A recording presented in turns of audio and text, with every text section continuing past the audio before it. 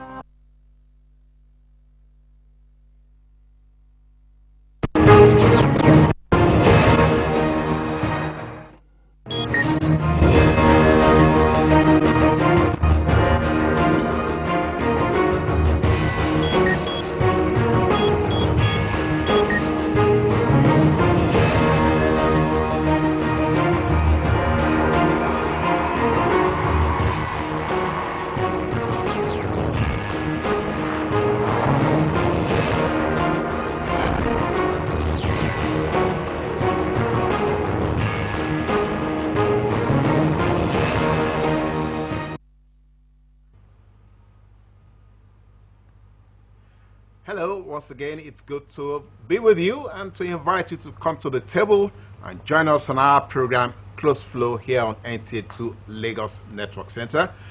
We like to say here that it's always, all the time, every time, anytime, our delight asking you to join us on this show, because we know that we are going to be sharing experiences and improving the conversation about how our nation, Nigeria, is going to be one of the greatest on the face of the earth.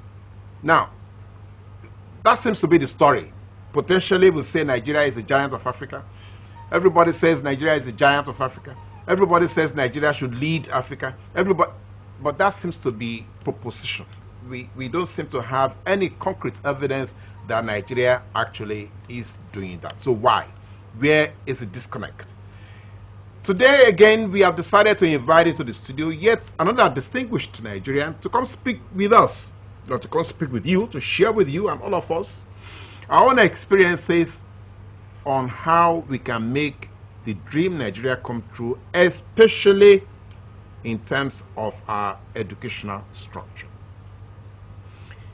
This is very key, it's very germane to all the issues on the table when we talk about corruption, when we talk about well, right now, everybody's talking about recession. Everybody's talking about not having enough to feed the family. Everybody's talking about high school fees. Everybody's talking about massive failures. Everybody's talking about unemployable graduates. So we are saying that the cycle, the entire system seems to have been affected by our educational system. So our distinguished guest today, she holds a Bachelor's of Science degree in chemistry, then a double master's degree in chemical engineering and engineering management. She had the chance to school here in Nigeria, part of her life, and then she got the opportunity, the privilege to go outside and do more schooling. And in between, so something happened. We will talk about that also. So my pleasure to welcome again onto Close Flow for today, Adetola Salau. You're welcome to Close Flow. Thank you, sir. Good morning. Thank you, everyone. You're welcome again. Yes. You were here before, but we will not talk about that. Thank you for having me back. We will not talk about that. No. We'll talk about what is available now. But let me just titillate you a bit. Are we still battling with the notion that mathematics is such a difficult subject to deal with? Just, I mean, are we still battling with that in there? Yes, we are, unfortunately. We still are. A lot of our children have the unfortunate notion that it is so difficult and it's irrelevant to the real world and to real life. Unfortunately, mathematical reasoning is one of the key, how will I put it, one of the core skills that's going to be needed for the future, which is what we're going to be talking about. Yes, we'll talk about that. Yes. We'll talk about that. I just wanted to just tease. So yes, just tease you a little bit. Now, so totally, what are the perspectives that we see that are prevalent? Perspectives prevalent about our educational system, both within and outside. You have done both. So, what are the overall overwhelming perspectives we have about our educational system, within and outside? Within, I will say we still have the wrong mindset about education being a means to an end. We still have it being that at the end of it, you're going to get this paper, you're going to get a job. That's not what education is. Education is about learning. So we still have that mindset here in Nigeria. Look, that is within. Within Nigeria. Now, the outside world is still battling its own battles too. When we talk about the States and a place like the United Kingdom, they also are battling their own, but at least they're beginning to position themselves where they're beginning to get ready to prepare themselves. Previously, when we're talking about math, I alluded to being ready for the future. I call it being future ready. They are beginning to position their countries, position their children towards that. There are particular countries in Europe, Denmark, Finland. A lot of people talk about Finland a lot. They have definitely positioned their students being ready for the future. What they do with education is not about the end result, about getting a job and having the certificate. Yes. It's about learning. And learning, people need to understand, learning is supposed to constantly take place. I'm talking all the time. Even now, I'm constantly learning. Yes, it's lifelong. And that's the benefit. You're constantly repositioning yourself, constantly preparing yourself. Because you see, one of the things that we need to understand is that 65% of the children right now who are entering into primary school will work in new job types and also in places that do not exist right now, functions that do not exist right now. So imagine 65%. That means in the schools, they are teaching them the same 20th century models that are no longer available. They have nothing, outdated, they are archaic. They don't enable them to do nothing. You're getting upset. Yes, you're getting it makes me upset. Now, but let's no, before you get too upset. No, seriously, what you're saying here is alarming. What you're saying is that our current educational system is not in the same trajectory that the global. Is that what you're saying? That's what I'm saying, unfortunately.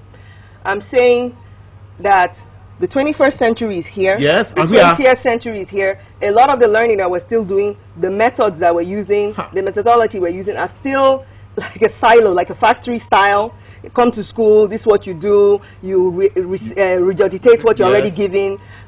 It's the same stuff from the 20th century. Whereas in the 21st century, there are core skills, core abilities that you need to have to make yourself flexible and adaptable to constant change. We're not teaching that right now. No, when you say core skills, are they interactive? Are they things that you have to learn by interacting with your teachers or something you learn by yourself? How do you ramp up on that? They're both. You're going to learn by interacting with your peers. You're going to learn them by example, your teacher teaching you, and you're going to also learn some of them by yourself. Those are the core skills. We're going to talk about the core skills. We're going to display them later. What are these core skills? Why are they irrelevant? And why do I say that they are geared more towards the 21st century? Now, something that you have said here, because you say you're going to display, now, that means you're not being speculative. That means we have done a study. There has been a study about this, a world report, and that's where I pulled it off from. And beyond that world report, I'm seeing the same trend over and over in different trends. I read a report by Stanford University, and Stanford is very big on research. So they don't just pull things out of the air. Stanford University and also the United States, the government, have also done this research. I pulled it out of there about these 21st century skills. So that's why I keep talking about it over and over and over, being future ready. Something I talk about a lot in my writing. I even wrote a book called Future Readiness in Education. And my goal is to be able to share with as many educators here in Nigeria as possible and parents, because I wrote for parents and educators on it. Now, that is another issue. Yes. That is another prevalent issue. So what are the ratios? What are the ratios saying? Teachers, students in primary schools, in secondary schools in Nigeria, tertiary university, I mean, what the ratios say? Are the ratios addressing what you're talking about here now? Unfortunately, no. They're not addressing it. All the way from primary schools, secondary schools, and universities. Just last week, I was at the university, and I was in a class, a physics class. Yeah. I made a self-video about video that I recorded. And I was in this class, and this physics teacher was just going on and on, droning to himself while writing on the board. He wasn't engaging any of his students. He wasn't stressing. No, guys, the reason we're talking about electricity. No, this is university. I said university. And he wasn't talking about, guys, you know, we're doing this, yes, how are we going to apply this? You know, there's so many things going on right now in the world. That, okay, perfect example. The power output we have in Nigeria. Yeah. That's a perfect problem that you can say, guys, how do we address this? What are the things that we need to put in place? You engage them. Yes, in that, engage them. Yes, we have conversation. How do we solve this problem? What and what can we use to match up? Okay, yes, our dams and the electricity, unfortunately, with the things that are happening, is not being able to match up. Yes. If we now use alternative means, well, how much would they be able to generate? Make them think. Make them start solving problems. Stop using just textbook issues. Here, guys, okay, this is the problem. Solve this. F is equal to no. Relevant with projects, things that are hands-on, things that are happening right now. Solve problems. That's why you're in school. Remember I said education is about learning. Learning means what? You are solving problems. You're looking around you and say, this is happening. How do I take care of this? That's happening. What do I do with this? That's learning. That's the whole idea. That's what we're, yes, that's what we have this for. Things are happening around you. How do you solve it? How do you change it? That's it. And that's what we need to start addressing with our children. Now, you have painted some pictures a little bit, I don't want to say gloomy. They're not gloomy. They're not gloomy, yes. They're promising. So they're saying that things can still change. Oh, I believe so. My whole heart. No, Detola, we have a National Educational Research Council. Go on, sir. Yes, and we seem to be, we are trapped in this same cycle of what you are talking about. So much disconnect between what the world is asking for, what we can do to change the environment, and what we are doing in school. So what is the Research Council doing? They're not keying in on to the two key things that you need. Whenever you're doing something new, what are the key things you need? Well, what's the key thing? Actually, it's one. What's the key thing you need? Actually, no, I was right. It's two. You need two key things. You need innovation. Innovation means what? You're changing things. You're changing the status quo. That's one. Then the second one you need is opportunity. Opportunity to say, okay, this is what is changing. Where are the areas that we're going to go about changing that? Now, you have a sector that is failing. Yes, it's failing. I'm going to call it spade a spade. Let's stop beating around the bush. It's failing. You have a sector that is failing. We need innovation. We need opportunity. Innovation is changing things. We need to start engaging educators across the bridge. You just mentioned primary, secondary, tertiary. We're all doing the same thing. So why should we all distinguish ourselves differently? We need to come together and say, look, what I'm teaching in primary is going to tie in to what we're going to do in secondary and tertiary. Guys, we need to make a connect. That's one. Then we need to say, okay, what are people doing across the globe? Let's connect with them. You see, the world now is a shrinking place. You can go online, you can go on YouTube, you can connect to people on WhatsApp, on all these different ION platforms. You can talk to them. I talk to educators over there. I've not lost touch with my professors back in the States. I still talk to them. I chat with them online. You can talk to them. You can find out what are the best practices. You come back and adapt them. By the way, you don't have to do necessarily what you see someone doing verbatim. You can adapt. You can adapt it. Okay, they're using this. I don't have this here in Nigeria. But what? That's it. Adaptable. You're going to be flexible. Okay, I don't have this. But how can I use this and do this? I just talking about electricity right now. I was working with a school and I was talking to the chemistry teacher. And one of the things we were talking about was more of this hands-on learning with the students. And she was teaching electricity, Faraday's law. And chemistry happens to be my love. So when I'm sitting there, I'm thinking to myself, Lord, you need to make this alive for the children. How do you make this alive? Yes, I know teachers are not well paid. And by the way, this is universal, by the way. It's only places that are evolved, like Finland, Singapore, where they really, really pay and take care of their teachers. And Denmark, yes, I mentioned Denmark. They really pay their teachers very well. The rest of the world has not yet reached that place. So as a teacher, what you do is adapt and use what tools, what you have. So I told her, you're teaching this. You need for these children to see what you're talking about, make it relevant to the real world. Let them see, why are we doing this? First of all, describe applications. Why is it important? Why are we going through this? Then let them do activities hands-on. Oh, we don't have money. Guess what? You might not have money, but you have things you can use. You have a pencil. You have water. You have coins. Okay, you might not have coins, but we have batteries. You can run a quick demo showing them how, you know, electricity, the current passes from that pencil to that. And then before you know something, teach them electroplating, because that's another application of electricity. Different things you can do with day-to-day things that we have in front of us. You don't have to have